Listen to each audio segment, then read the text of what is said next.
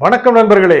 இந்த பேய் பிசாசையும் தான் மக்கள் ஆட்சியில் அமர்த்துறாங்க அப்படின்னு சீமான் ஒரே அடி அடிச்சிருக்கிறாருங்க. அடி யார் அடிச்சாரு? கட்சியில் அடிச்சாரா இல்ல பொதுமக்களாகிய நம்மள அடிச்சாரா? எல்லாரையும் சேர்த்தா அடிச்சிருக்கிறாரு.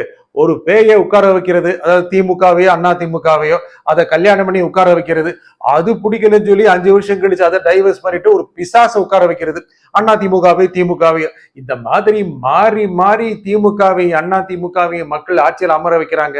ஒரு மன்னன் கிட்ட போய் தண்டனை கொடு அப்படின்னா நான் மிளகா கடிச்சுக்கிறேன், ஐயோ மிளகா கடிக்க முடியல, கசேடி வாங்கிக்கிறேன், ஐயோ கசேடி வாங்கிக்க முடியல அப்படின்னு மாறி மாறி கஷ்டத்தையே படுறாங்கல்ல. அந்த மாதிரி திமுக அதிமுகவால மக்கள் கஷ்டப்பட்டுட்டு இருக்காங்க, கஷ்டப்பட்டுட்டு இருக்கீங்க அப்படின்னு மக்களை குறை சொல்றாருங்க. மக்களை குறை சொல்றாமா? அப்படிதாங்க சொல்றாரு. ஆனா என்னதான் இருந்தாலும் தன்னுடைய ஆட்சி ஒண்ணு வரும் அப்படி நம்பிக்கையோட தான் இருக்கிறாரு. தன்னுடைய தனித்துவம் தமிழ் தேசியம் வெல்லும் அப்படின்னு அவர் ரொம்பவே நல்லா நினைக்கிறாருங்க. ஆனா இதெல்லாம் நடக்குமா? அந்த மாதிரி பேசணும்ல. விஜய் வந்த பிறகு சீமான் ஒரு தினுசா தான் பேச ஆரம்பிச்சிட்டாரு. இல்ல முதல்ல கூட்டணி அமைக்கணும் அப்படின்னு ரொம்ப ஆசைப்பட்டாரு. அதெல்லாம் முடியாதுன்னு சொன்ன உடனே விஜயை போட்டு அடிச்சு தூள் கிளப்ப ஆரம்பிச்சிட்டாரு. கொள்கையும் இல்ல, கோட்பாடும் இல்ல, நடுநிலைன்னு சொல்லிக்கிட்டு லாரி இந்த மாதிரி இடத்துல அடிச்சுதான் கஷ்டப்பட வேண்டியது இருக்கும் அப்படின்னு ரொம்ப சாபம் கொடுக்குற மாதிரி பேசிட்டாரு. அதுக்கப்புறம் விஜய் போட்டு தாக்குறாரு. அது மட்டுமா, திமுகவையும் அண்ணா திமுகவையும் பாஜகவையும் காங்கிரஸ் எல்லாத்தையும் விமர்சனம் பண்றாருங்க. அப்படி விமர்சனம் பண்றது மூலம் தான் அவர் தனித்துவத்தை காட்டுறாரு அப்படின்னு அவருக்கு சார்பான பல விமர்சகர்கள் பேட்டியா கொடுத்துட்டே இருக்காங்க. இப்ப என்ன நிலைமை அப்படின்னா, விஜய் வந்த பிறகு சீமானுக்கு வாக்கு சதவீதம் குறைஞ்சிரும் அப்படின்னு நிறைய அரசியல் விமர்சகர்கள் அவருக்கு எதிராக பேசுறாங்க. ஏன்னா அப்படி கஷ்டப்பட்டு வந்திருக்கிறாருங்க. 1%, 2, 3, 3, 5, 5.5, 8 காலம் வரைக்கும் வந்துட்டாரு. அங்கீகாரம் பெற்ற கட்சியா, மாநில கட்சியா வேற ஆயிட்டாரு.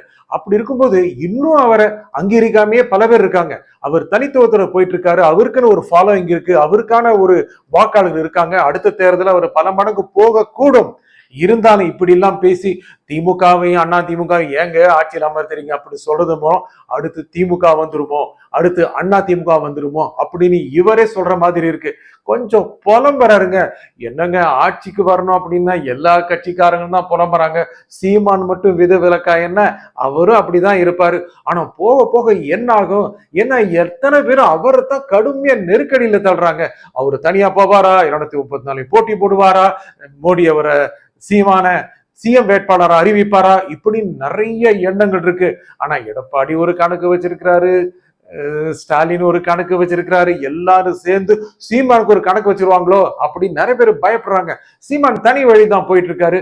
விஜய் என்ன பண்ணுவாருங்கிறது தெரியல.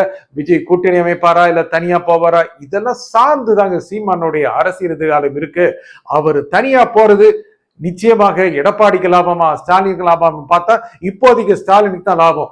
அப்படி வச்சு பார்க்கும்போது சீமானுக்கு ஏற்கனவே தெரிஞ்சு போருக்கு அடுத்து வரப்போறது திமுகவா அண்ணா திமுகவா அப்படின்னு. இப்படி பேசுறதுனாலையும் புலம்புறதுனாலையும் போட்டு தாக்குறதுனாலையும் அவருக்கு லாபமாங்க? கொஞ்சம் யோசிச்சா நல்லது. நன்றி, வணக்கம்.